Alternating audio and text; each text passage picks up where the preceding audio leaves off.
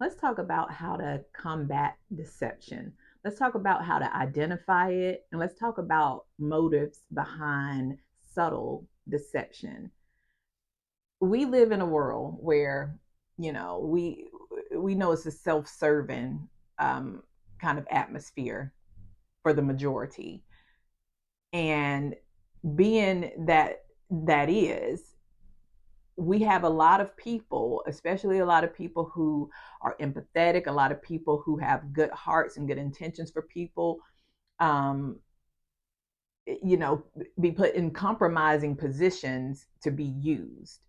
And because we are in such a state, it's important to really and fully employ our defenses that God gives us in his word, and to be vigilant about the things that we hear and the people who pursue us. So a lot of times it comes off as very harmless and subtle. People ask questions not to authentically try to get to know you. That is not their motive or intention in a lot of cases, and you have to ask God to give you the discernment to know the difference, because sometimes people are plotting against you. They are asking questions. They are asking very specific questions, albeit subtly, in order to build a basically to employ a plot. The more information your enemy has, the more they have to um, to come against you with, because they know how you move, they know what you have, they know what you're doing. So they ask these probing questions. They ask these questions that elicit responses from you that helps build their ammunition against you. You don't know who they're working with. You don't know what their motive is. Have you One way to kind of detect this, it's one thing if you're genuinely building a friendship or a relationship or what have you, and it's a reciprocal kind of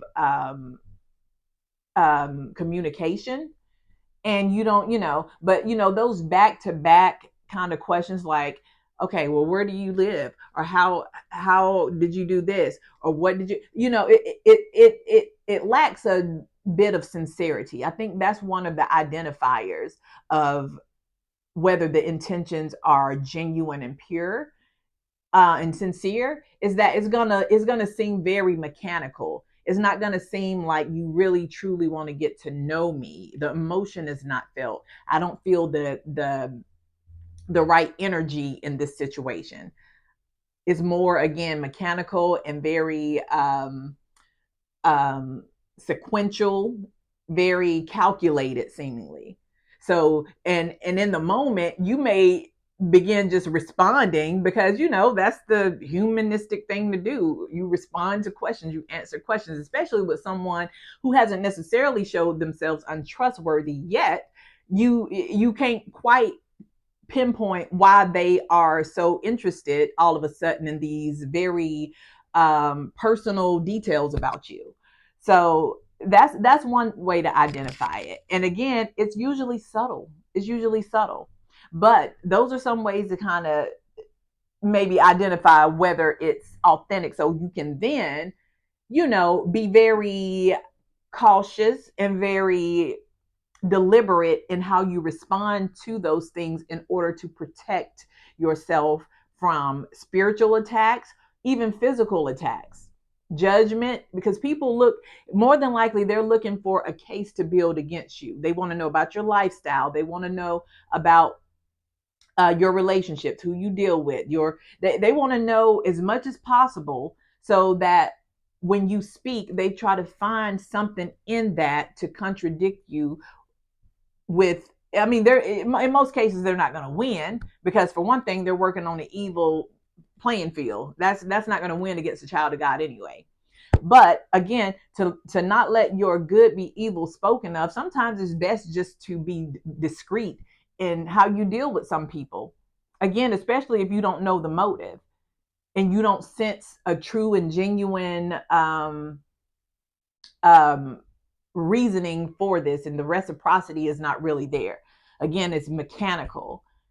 Um, and then you ask yourself in the aftermath, like, okay, well, what was that about? That was a lot of information that they gathered from me, and now I don't feel too comfortable that I've even divulged that sort of information.